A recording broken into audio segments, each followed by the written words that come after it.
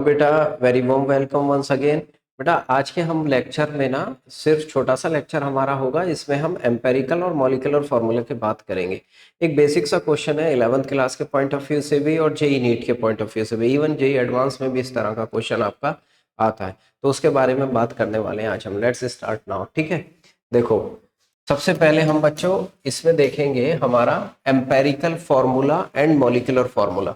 क्या होता है एम्पेरिकल फार्मूला और क्या मॉलिक्यूलर फार्मूला हमारा होता है। देखो बच्चों, एम्पेरिकल फार्मूला क्या है हमारा, empirical formula and molecular formula. How would you define empirical formula? देखो बच्चों, एम्पेरिकल फार्मूला है defined as the formula which gives the simplest whole number ratio. This is the important point. Simplest whole number ratio of the various element present in a compound, इसको कहते हैं empirical formula. Let's example, we will take an example C6H12O6। Suppose the formula of glucose is C6H12O6। ठीक है, अब हम क्या करें, इसको 6 से डिवाइड कर दें, इन सबको 6 से डिवाइड कर दें, और अगर 6 से डिवाइड करेंगे तो बच्चों ये बन जाएगा CS2O, यानी रेशियो क्या आ गया 1:2:1। This is the simplest whole number ratio, इससे कम रेशियो नहीं आ सकता। So this formula CS2O is the empirical formula of glucose। ठीक है, अब दूसरी बात आती है बच्चों मॉलिक्यूलर फार्मूला। मॉलिक्यूलर फार्मूला क्या कहता है? Defined as the formula which gives the actual number of atoms, यानी एक्चुअल रेशियो जो एटम्स का होता है उसके अंदर वो देता है, उसको कहते हैं हम मॉलिक्यूलर फार्मूला। जैसे ग्लूकोज के अगर फॉर्मूले की बात करें C6H12O6, या फ्रक्टोज की बात करें तो ये उसका मॉलिक्यूलर फार्मूला है, और CS2O क्या है इसका? Empirical formula. अच्छा बच्चों, एक क्वेश्चन ये पूछा जा सकता है आपसे, क्या दो ऐसे अलग कंपाउंड हो जिनका मॉलिक्यूलर फार्मूला डिफरेंट हो तो क्या एम्पेरिकल फार्मूला सेम हो सकता है? यस, हो सकता है।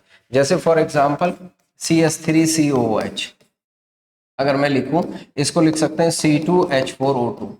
अब बच्चों इसको अगर 2 से डिवाइड कर दें हम, तो हमारे पास जो आएगा CH2O। It means this compound is acetic acid, completely different from the previous one. तो इसका एम्पेरिकल फार्मूला भी CS2O है और इसका एम्पेरिकल फार्मूला भी CS2O है।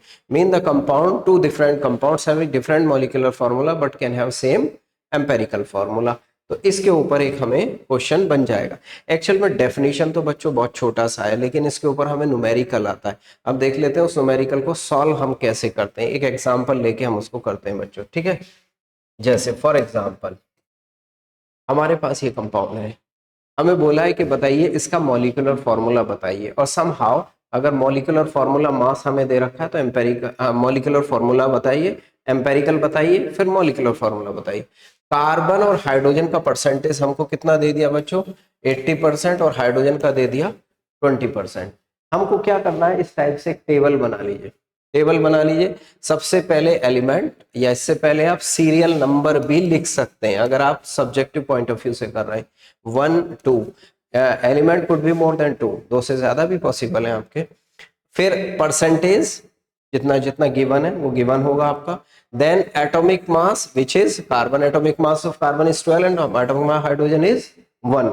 ठीक है, नेक्स्ट अब हमको क्या करना है? कुछ नहीं करना, मैं आपको आसान बात बता रहा हूं। आपको क्या करना है, mass divided by atomic mass, यानी नंबर ऑफ मोल्स निकालने। मास आपको क्या करना है, mass percentage divided by atomic mass.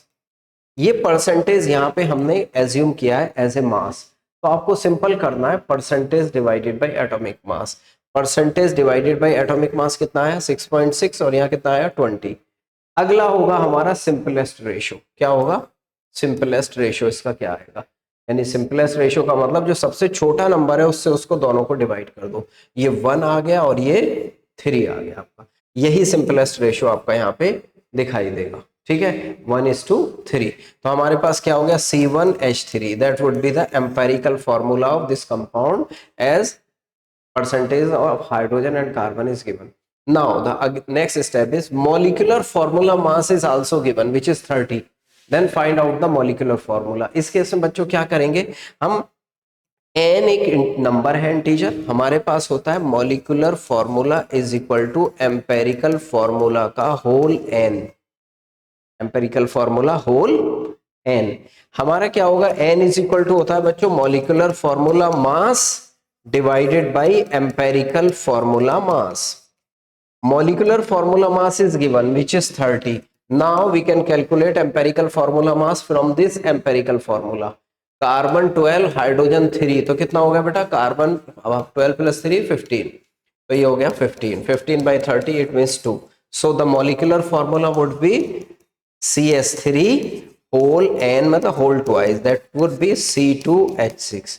So empirical formula of this compound, empirical as well as molecular formula of this compound as per given data would be CS3 and C2H6.